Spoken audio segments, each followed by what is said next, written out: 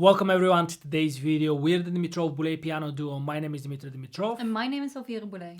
And in today's video, we're going to finish our series on the fourth prelude by Chopin, where we would give you a short harmonic analysis of a few chords, and we will teach you how to be able to determine what the chords are whenever you are analyzing a piece like this or any other, of course, that you're playing.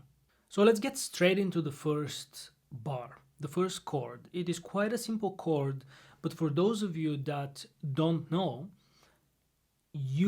one of the rules, one of the things that you have to think about and follow whenever you want to determine what kind of chords you have is that you have to put them into a root position, which would mean that the chords will be made out of intervals that are thirds stacked on top of each other. By the way, a chord is when you have three or more notes, and an interval is when you have two notes. So we're talking about chords here, so we have three or more notes.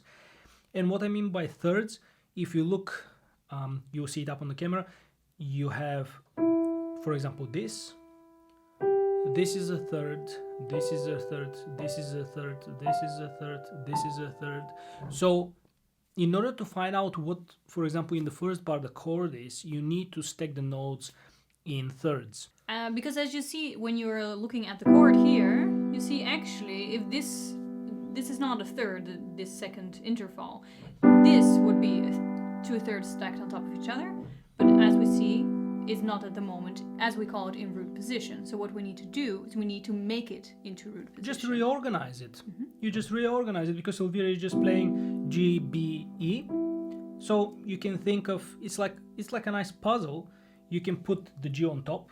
But what will happen then is, well, we still don't have thirds. As you see, again, the first interval is not a third. So we can go back and say, hey, why don't we put, for example, the E at the bottom? You can do that. You're allowed to do that. Ignore the notes are there. It doesn't matter. You can play the chord here for a harmonic analysis. That does not matter how you reorganize them. Just your goal is to reorganize it into thirds. So when you put the E here, what's going to happen is we are going to have thirds stacked on top of each other, and then that will determine that's what the chord so is. once you reorganize the chord in root position, it's very simple. The lowest note of your chord is the chord. Your bass and your indication of what the name of the chord is. So in this case, our lowest note is the E, which means we have an E, in this case minor. This is minor. It sounds, you can either determine that by hearing. As you see, it sounds pretty sad. This is E major, just to compare. It's E minor, but you can also look at the distances. If you have the first third that you have, if it's a minor third, it determines that the chord is minor. If the first third that you have is a major third, it determines that the chord is major. So in this case, our first chord is an E minor chord. Now if you look at the piece, that's not very strange because the piece is in E minor. It's a logical chord to start with. Very likely to start with that, yeah. And you might wonder, why does Chopin write this chord instead of this chord? And that is in general a musical choice. Chopin wants the melody here in the top voice. Do you know what Chopin wants? Okay, yeah, I don't know. Okay. Anyway, that's only Chopin would know about that. But this is what we call an inversion. The way you organize your notes is going to have an influence on how the chord sounds.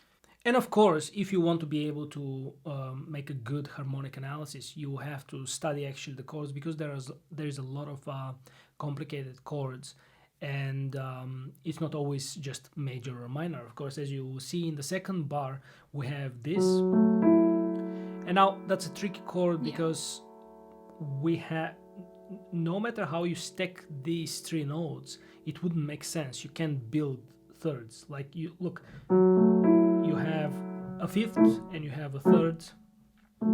Then if I move the F sharp on top, again, I'm not going to have thirds. And if I move the A on top, again, I'm not going to have thirds stacked on top of each other.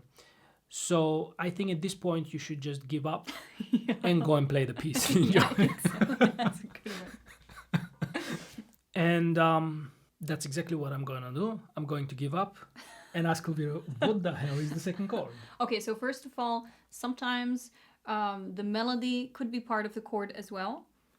And in this case it is. So we're going to add the B in the right hand. We're going to add our B to our chord.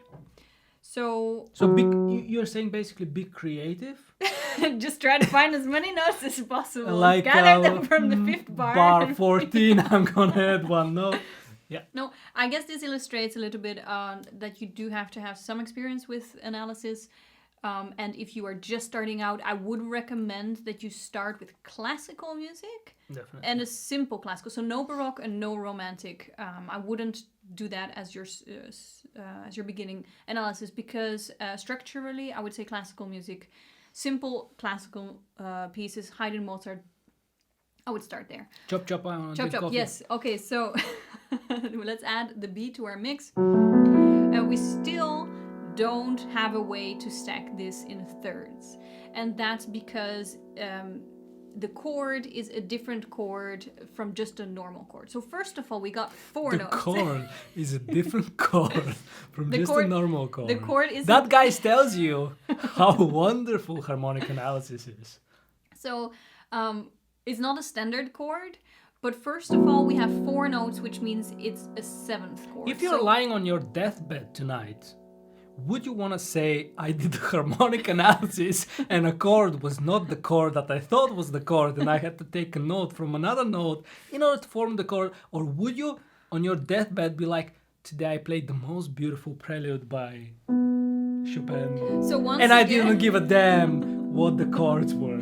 Once again, we reached the conclusion. Stop this video and go and play. Okay, so it's not a standard chord. It's a seventh chord, first of all. So let's try to find the seventh chord. Now, there is a little trick on how to find seventh chords. When you stack them, no matter what way, so we're going to stack our notes. We have the F sharp, the A, the B, and the E. These are our notes. When you stack them, you're going to have a second. So in all inversions of seventh chords, there is a second. And the top note of that second is your actual root of the chord, which means the top note is a B, which means that this is a B seventh chord, right? But like I said, looking also at the piece, and that's why analyzing a romantic piece is a bit more tricky. Looking at the piece is very chromatic. And in this case, one of the notes has been borrowed. I'll explain to you in a moment. Let's first look at our B7th chord. So we have our B7th chord. That is a B7th chord, right? That's our B7th chord. But instead... But lady teacher, we don't have a D sharp. Yes, we don't have a D sharp. So that is why I said it's not a standard chord. We have an E. This is called a sus chord. Or a John chord. This is called a sus chord or an O John chord. That's a joke. That's, you don't know what we're talking, but it's from certain type of series, certain type of film music that you would use when you have a suspense. Yes, exactly. So we have our sus chord, which means that instead of a third, this is a sus4 chord. Instead of a third, you have a fourth. So this is our B7 sus4 chord, and that in the next half of the bar actually goes immediately to... So in a way it resolves. Yes, exactly. It's like a transition chord, right? It transitions to the actual B7th chord. But also if you listen to it, actually, it has this kind of a color that asks for a resolution. Absolutely, which I think is one of the reasons why this is a difficult piece to analyze, is because it's very, very full of transition chords. It's very chromatic. And that means that you can name the chords, but you also have to understand that the function in general of a lot of these chords are to transition and to create a very long line going forwards, which I think for me personally says more about the piece than just naming the chord. So whenever you're analyzing a piece and you don't know the name of the chord, also try to look at the function of the chord. What's the chord doing? In this case, this chord is transitioning to this chord. Okay, so because we don't have time to analyze the entire piece, I thought it might be useful to look at the last bar because a lot of people are intimidated actually by the big chords that are there, but they're actually really simple chords or relatively simple chords. So let's take a look at the first of these three chords at the end. We have the B, So we have the the E, B. F sharp. Exactly. So that means that Those three notes. However you stack them, you will not we're get a not third. gonna get thirds. We don't have four notes, so it's not a seventh chord. We have three notes, and we just actually had an example of of a chord that was not a standard chord that we couldn't stack in thirds, and it was a sus chord. And again, if you actually listen, it sounds very similar. So also your ears, you can always use them and with it a leads harmonic. to the next chord. Yes, exactly. So most likely to be a sus chord. Exactly. So if we take a Suspended look chord. at the notes, we got a B, an E, and an F sharp. So no way that we stack this, we can actually stack this in thirds. But if you lower the E into D yeah, sharp, because so take a look at the next chord, right? So actually, let's analyze the next chord first. I think that will help. So here we got a B, a D sharp, and an F sharp. And this is already stacked in thirds. These are 2/3 a on clear top of B each major other. chord. A B major chord, which means that if this one, if you're looking, leading to this one, it means that it must be somehow connected, right? If we look at the bass, they both start on a B.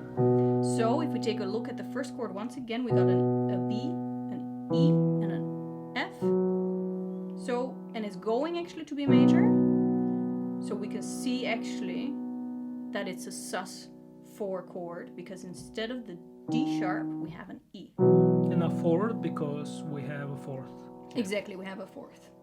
So here we got B sus4, B major, And resolving in, and it's not very strange, of course, because we got root position actually in the right hand. We got an E, a G, and a B, which is root position. It's an E minor chord, which of course the piece is written in E minor, so it is a very logical place to end.